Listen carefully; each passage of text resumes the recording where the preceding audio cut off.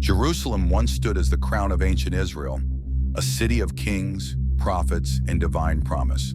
But by the middle of the 5th century before Christ, its glory had faded into ruin. Its walls were broken, its gates were burned, its people lived exposed physically, politically, and spiritually.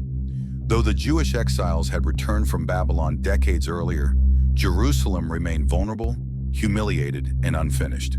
The temple stood, but the city had no defense. Faith remained, but dignity was fragile.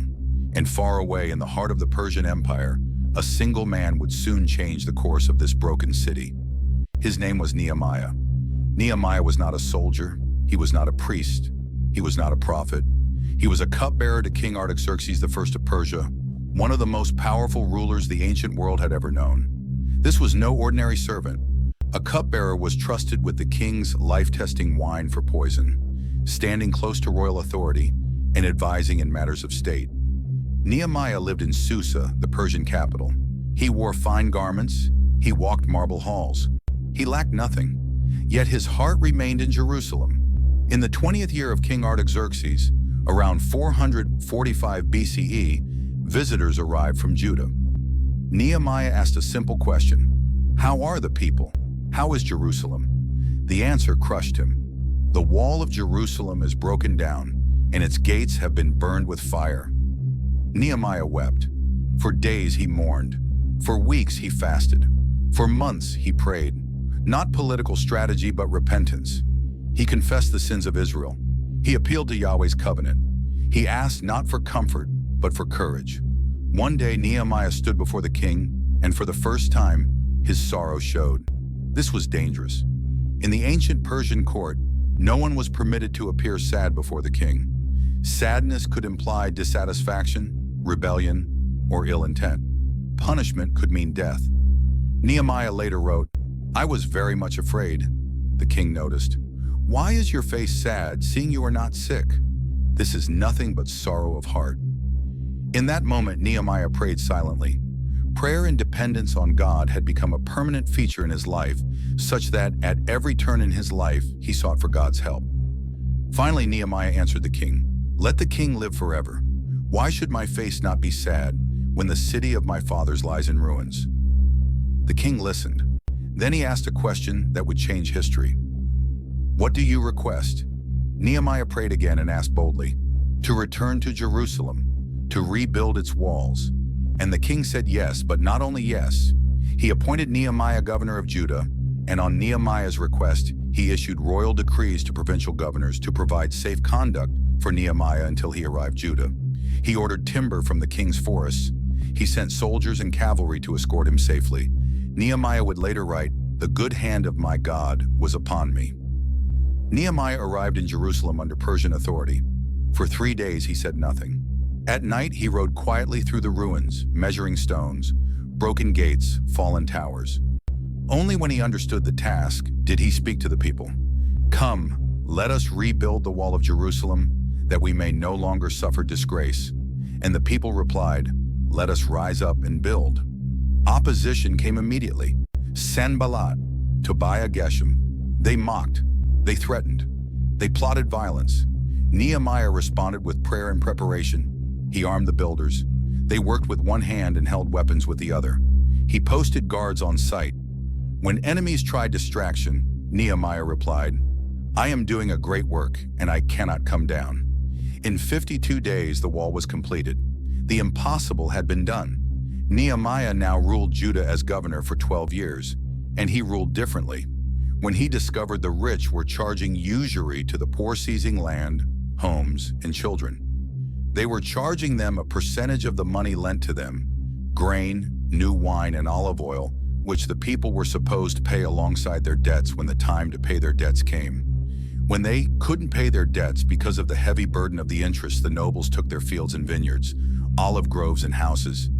Even their sons and daughters were also taken as slaves by the nobles to work off their debts.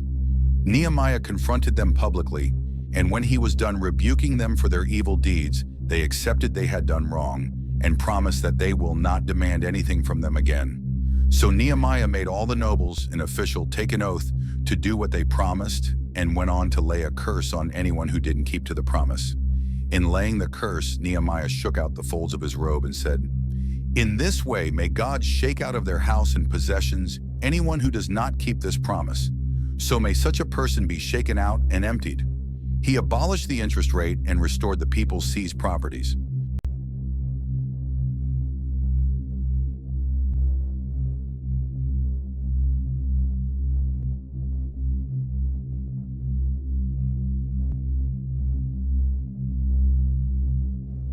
In his reign as governor, Nehemiah adopted the very scarce servant leadership model of public governance. In the 12 years that he ruled as governor, he never demanded or collected the money and food tax that the people usually paid to the governor to maintain a luxurious lifestyle. His predecessors had, without any iota of remorse, placed these heavy taxation on the people, demanding and collecting 40 shekels of silver and food and wine of different kinds. But Nehemiah refrained from doing this and related with the people with compassion and concern. He was aware that these taxes constituted a heavy financial burden on the people, so he refrained from collecting it and ensured that the people in his administration did not collect it too. This, however, did not stop Nehemiah from feeding the many mouths that ate at his table while he was king. It is recorded that 150 Jews and officials ate at his table, yet he made provision for the food, meat and wine prepared daily for his household from his own resources and not from taxing the people. Nehemiah literally ended a feudal system in Jerusalem in his time and replaced it with servant leadership model of governance that considered the interest of the people and showed them compassion. He refused to let the officials in his administration lord themselves over the people like his predecessors did. Neither him nor anybody in his administration acquired any land while they were in office. Instead, they focused on rebuilding the wall and governing the people.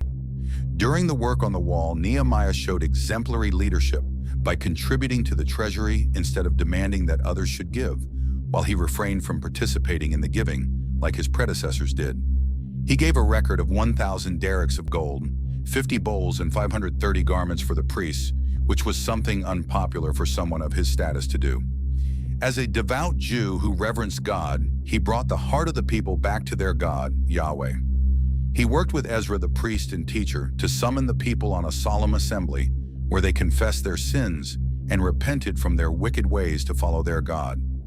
As a man who reverenced God and depended on him for everything he knew, violating God's ordinances and principles would bring disaster on Jerusalem and the whole of Israel, just like in the past when they were invaded by foreign nations and carried into exile after they defiled the land with their abominable sins.